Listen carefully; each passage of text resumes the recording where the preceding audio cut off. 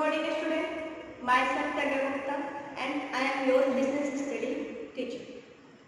Subject name is business study for class 11th.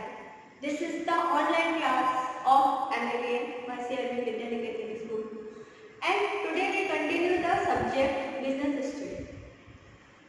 The subject is started with the topic name is commerce. Business study के subject को मैं commerce के नाम से start करने आ जाऊँ।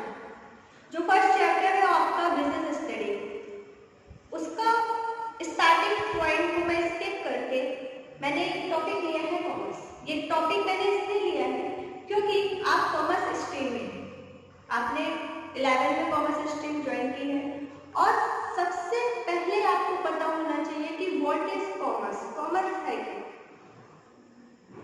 अक्सर देखा जाता है कि पूरा 11th पास कर लिया, 12th पास कर लिया और अगर कोई सिर्फ ये पूछ ले कि व्हाट इज कॉमर्स, तो हम कॉमर्स को ही डिफाइन नहीं कर पाते। हमें एक्चुअल में पता है कॉमर्स क्या है, लेकिन हम कॉमर्स को डिफाइन नहीं कर पाते। तो इसलिए फर्स्ट क्लास में मैंने सबसे पहले कौन सा टॉपिक लिया है? मैंने सबसे पहले टॉपिक लिया है कॉमर्स। ये जो वर्ड है commerce, it is a very important and broad in itself. खुद में ये बहुत ही ब्रॉड है, मतलब इसमें क्या क्या है वो हम 11 पढ़ते पढ़ते समझ जाएंगे। ठीक है, तो बहुत से सब्जेक्ट्स हैं जो इसमें इंक्लूड। कुछ लोग कहते हैं कि अच्छा कॉमर्स पढ़ लो तो ये तो आता होगा, तो आता होगा। कॉमर्स में समझ लीजिए सब कुछ इंक्लूड है। जितना आपका बिजनेस है, जो ये बिजनेस की दुनिया है, ये पूरी दुनिया इंक्लूड है किसमें? कॉमर्स। ठीक है, तो आज हम कॉमर्स टॉपिक के साथ कंटिन्यू करेंगे।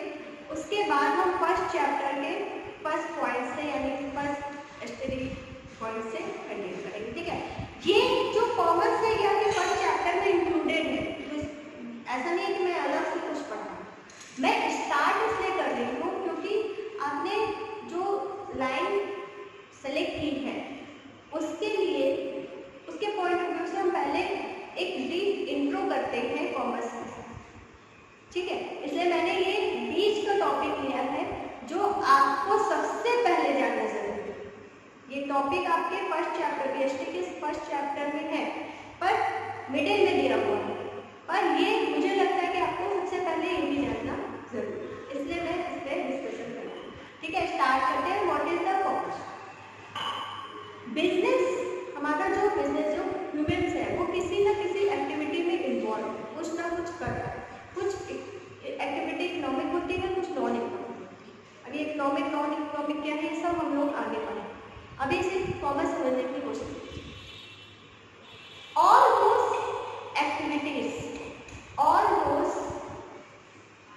एक्टिविटीज विच इंक्लूडेड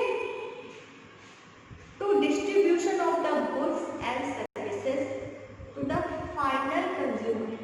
वो सारी एक्टिविटीज जो अपने आप में गुड्स और सर्विसेज को के डिस्ट्रीब्यूशन को इंक्लूड करती है फाइनल कंज्यूमर तक पहुंचाने में, वो सर्विसेज क्या कहलाती है? वो गुड्स और सर्विसेज, वो सारी एक्टिविटीज क्या कहलाती है? वो कहलाती है कॉमर्स। ठीक है, मैंने लिखा commerce refers to all those activities which help directly or indirectly in the distribution of goods to the ultimate consumer। Directly या indirectly distribution of goods करना क्या कहलाता है? कॉमर्स कहलाता है। अल्टीमेट कंज्यूमर तक। There are several products produced in the society, but if commerce are not there, no information transfer to people. अगर commerce नहीं होगा तो कोई भी इंफॉर्मेशन को हम ट्रांसफर नहीं कर पाएंगे पीपल तक। मतलब कि वो पीपल कौन से? सारे लोग नहीं, वो कंज्यूमर। कौन सी इंफॉर्मेशन? प्रोड्यूस होने की, उसके प्रोडक्शन की इंफॉर्मेशन, यानी कि प्रोड्यूसर से लेकर कंज्यूमर तक के बीच का जो गैप है वो खत्म करता है कॉमर्स। इसके बीच में जितनी भी एक्टिविटीज हो रही है वो सब कुछ है कॉमर्स। ठीक है, goods are produced at one place and consumer are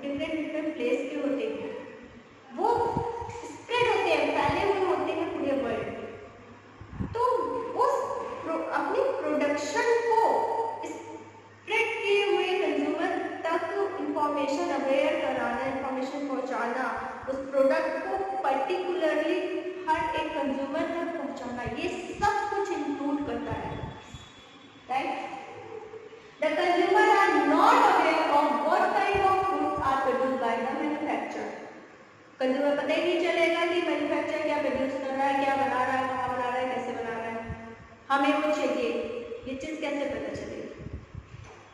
All this problem example and hindrance of knowledge students place are solved by the commerce. ये सारी जो प्रॉब्लम्स है ये सब को रिसॉल्व करता है, सॉल्व करता है कौन? कॉमर्स करता है। कैसे करता है? उसके लिए हमें पढ़ना पड़ेगा फंक्शन ऑफ कॉमर्स। ये जो सारी प्रॉब्लम है इसको रिसॉल्व करना है कॉमर्स, ठीक है। कैसे कर रहा है इसको पढ़ने के लिए हमें क्या पढ़ना पड़ेगा? Function of commerce. तो ये जब करते हैं function of commerce, function of commerce, commerce के क्या क्या फंक्शन है, कॉमर्स करता क्या क्या है, हमें इसके बात करना है। Commerce is considered as the backbone of the industry. Commerce को इंडस्ट्री का बैकबोन कहा गया है। जैसे हमारे बॉडी में बैकबोन ना हो तो हम सीधे खड़े नहीं हो सकते, इसी तरह कोई भी इंडस्ट्री टिक नहीं सकती, स्टेबल नहीं हो सकती अगर कॉमर्स नहीं है। ये सेंस है। It perform the following function. जो कॉमर्स है बहुत से फंक्शन परफॉर्म करता है। कौन कौन से फंक्शन परफॉर्म करता है ये देखते हैं। First is commerce help in remove the hindrance of person. Commerce, ये देखिए कॉमर्स जो है ये लाइन मैंने ऊपर हाईलाइटेड एक सिंगल लाइन में लिखी है क्योंकि पर्टिकुलर लाइन सब में इंक्लूडेड है, ठीक है। इसलिए मैंने एक एक लिस्ट ली। कॉमर्स है, कॉमर्स मदद करता है इन रिमूविंग, रिमूव करने में, खत्म करने में हिंड्रेंस ऑफ। हिंड्रेंस का मतलब जानते हैं आप क्या होता है? हिंड्रेंस मतलब दुविधा, हिंदी में जिसे बोलते हैं हम दुविधा, ठीक है। तो रिमूव करता है किस चीज को? कुछ प्रॉब्लम्स है उनको रिमूव करने में हेल्प करता है कॉमर्स। कौन कौन सी प्रॉब्लम? सबसे बड़ा person, hindrance of person, hindrance of person को रिमूव करने में कैसे? मान लीजिए फॉर एग्जांपल कि हम प्रोड्यूसर हैं और हमने ये मार्कर प्रोड्यूस किया। ये मार्कर हमने बनाया जब तक ये मार्कर नहीं था मार्केट में। हमारे पास क्या थी? हमारे पास चौक थी, जैसे आप कहते हैं खड़िया, व्हाइट कलर की, कलरफुल। पहले व्हाइट कलर आती थी, फिर कलरफुल आने लगी। पहले व्हाइट बोर्ड नहीं था, पहले ब्लैक बोर्ड, ब्लैक मतलब अभी भी है, ये नहीं कह रही हूँ पहले, लेकिन मोस्टली अभी यूज क्या होने लगा है? White board. लेकिन पहले क्या था? ज्यादातर ब्लैक बोर्ड, हर स्कूल में ब्लैक बोर्ड। आज भी गवर्नमेंट स्कूलों में क्या है? Black board. चौक से उस पर लिखा जाता है, डस्टर से रखते है ना। तो ये क्या है? जो चौक है, चौक से क्या एक्सचेंज हो गया? चौक से मार्कर में एक्सचेंज हो गया। तो ये जब तक चौक से लोग लिख रहे थे उनको मार्कर के बारे में पता नहीं था क्योंकि इसका प्रोडक्शन नहीं हुआ, इसको किसी ने प्रोड्यूस किया। जब मार्कर प्रोड्यूस हुआ तो प्रोडक्शन करके क्या अपने पास ही रख लेना है? नहीं, उसको मार्केट में लाना है।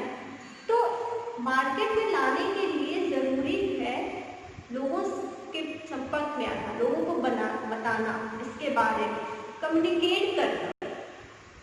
तो जो पर्सन की हिंड्रेंस होती है वो रिमूव करता है कम्युनिकेशन। कॉमर्स का जो सेगमेंट है कम्युनिकेशन, वो रिमूव करता है पर्सन हिंड्रेंस।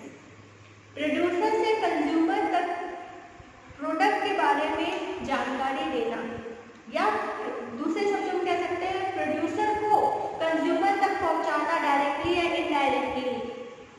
वो कैसे होता है? उसके लिए कम्युनिकेशन बहुत जरूरी है। Create link between producer and consumer.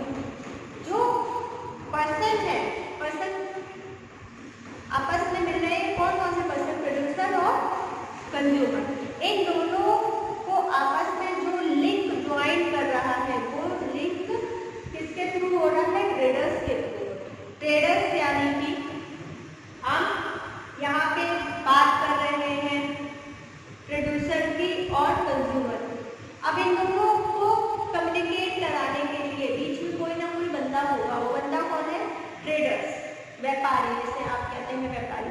व्यापारियों के थ्रू ही काम हो रहा है ना। हमें कुछ परचेज करना है मार्केट में, मान लीजिए स्पाइसेस परचेज करने, मसाले खरीदने, तो हम मार्केट में जाएंगे मसालों की और वहाँ से जितना लेना है उतना लेके चले आए। अगर वो मार्केट में ना हो मसाले की तो क्या ढूंढने बैठेंगे कि भैया कौन मसाले बनाने बैठा है, कौन मसाले प्रोड्यूस कर रहा है, कौन मसाले बना रहा है, उसके पास जाके बैठे? नहीं, ये प्रॉब्लम होगी कि डायरेक्ट जाके कहाँ मिलना है? प्रोड्यूसर को ढूंढना है। नहीं, बीच में जो मीडिएटर है वो कौन है? ट्रेडर्स। तो जो पर्सन टू पर्सन प्रॉब्लम आ रही है प्रोड्यूसर से कंज्यूमर के बीच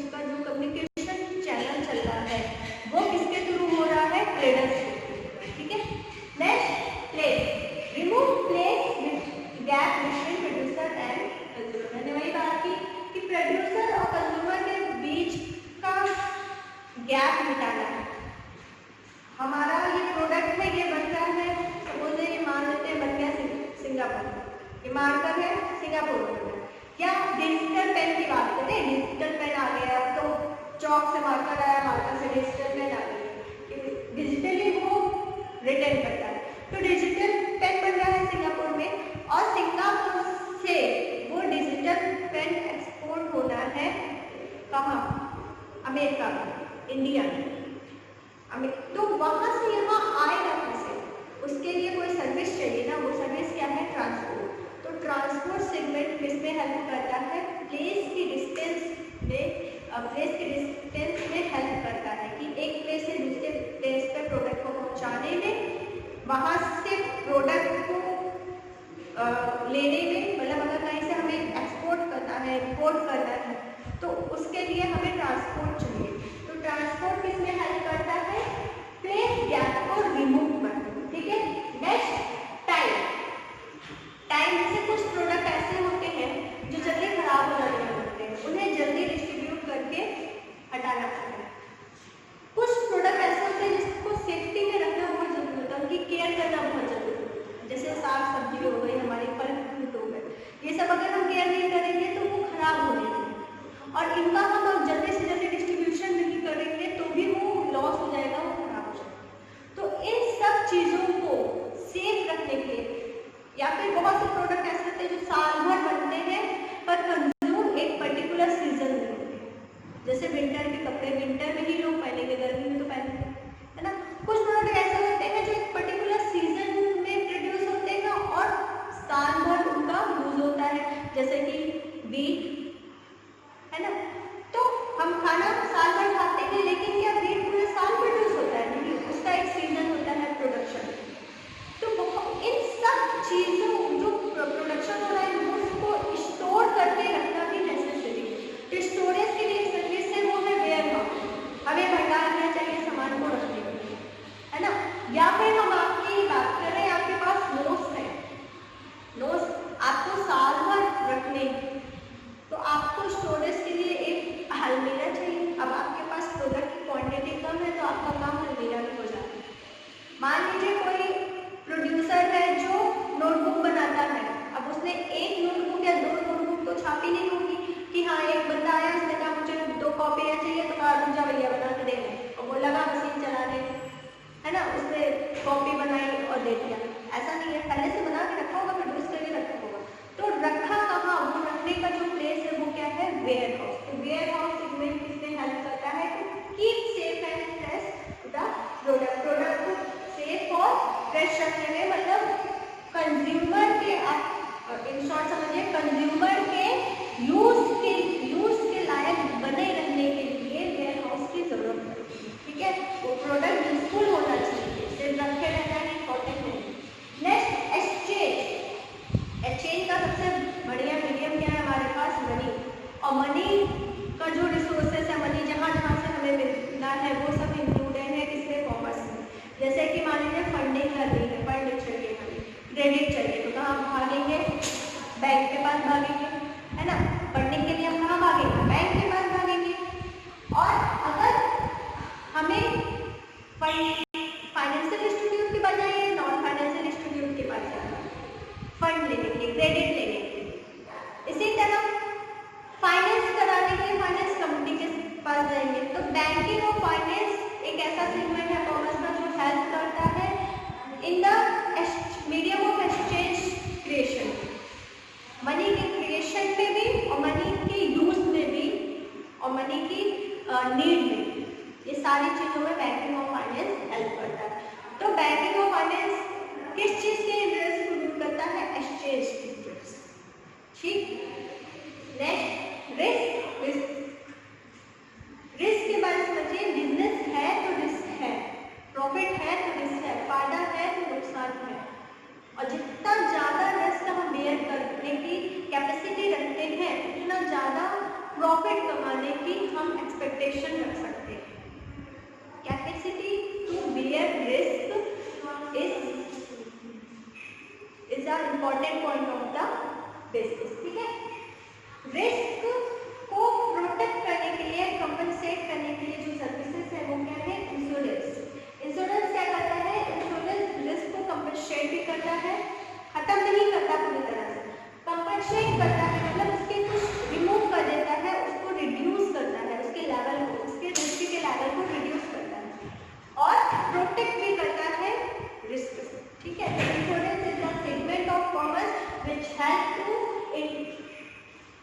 has to remove hindrance of risk. Next, knowledge. Knowledge is the last point of the या last function of the commerce. Knowledge spread करता है awareness को, information को to the people to people, consumer to producer, producer to consumer. इन दोनों के बीच में communication का जो सोर्स है वो क्या है? वो एडवर्टाइजमेंट है। एडवर्टाइजमेंट के थ्रू भी हम कहते हैं कम्युनिकेट करते हैं कंज्यूमर से। प्रोडक्ट बना लिया, उसके क्या क्या फीचर्स है, वो किस तरह से हेल्प कर रहा है, वो हम कहते हैं ना आपका प्रोडक्ट हम क्यों खरीदें, तो बताना पड़ेगा ना। कैसे बताओगे? उसके कई तरीके हैं, घर घर जाके भी बता सकते हैं, डोर टू डोर।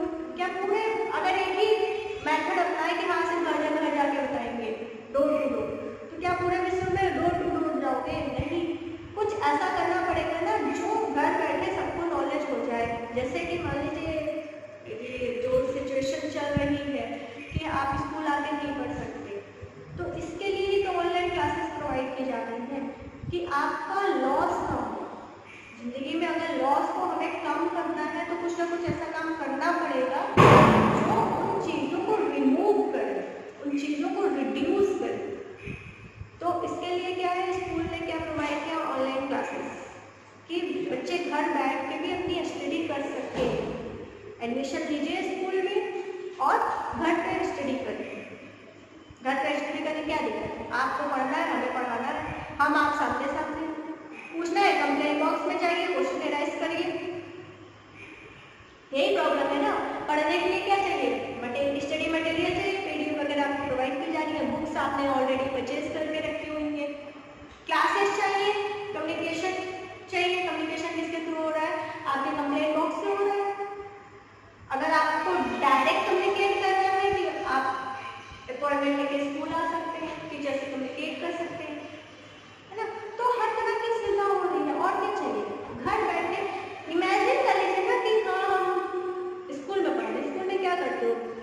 एक क्लासरूम होता है और क्लासरूम में बेंच लगी होती है, लोग होते हैं, मतलब आसपास के सहपाठी हमारे होते हैं, क्लासमेट्स होते हैं, सामने टीचर होते हैं।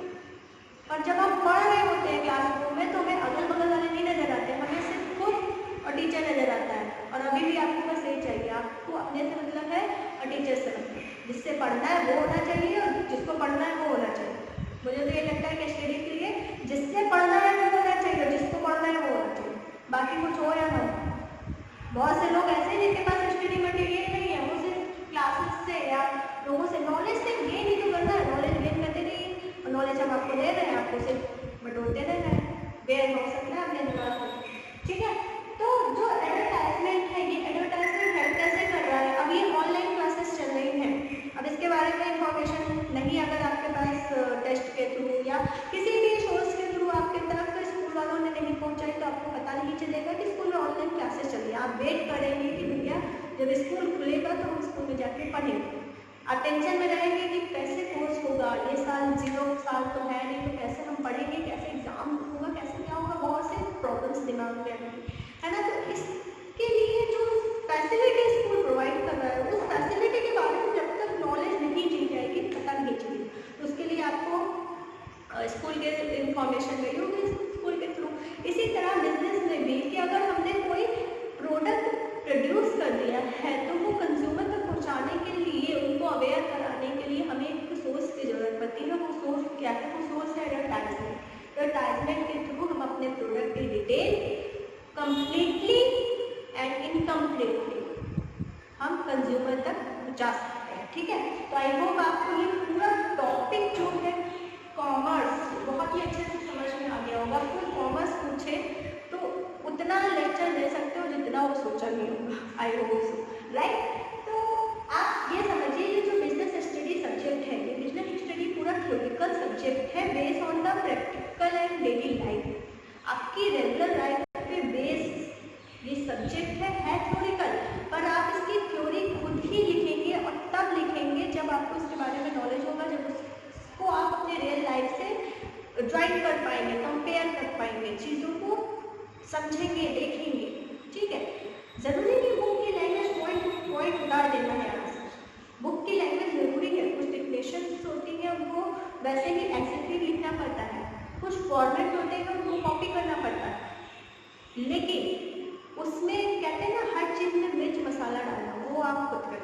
वही आपको करना है अपने में, ठीक है। तो ये क्या है, कॉमर्स, फंक्शन ऑफ कॉमर्स हमने कंप्लीट किया। नेक्स्ट क्लास में हम फर्स्ट चैप्टर के फर्स्ट पॉइंट के साथ कंटिन्यू करते हैं, ठीक है। आज के लिए इतना ही, थैंक यू। नेक्स्ट क्लास में मिलते हैं। नोट जरूर करिए, इसे नोट्स बनाते रहिए with the help of PDF, with the help of your notebook, your study book and also with your mind capacity, ठीक है। Thank you so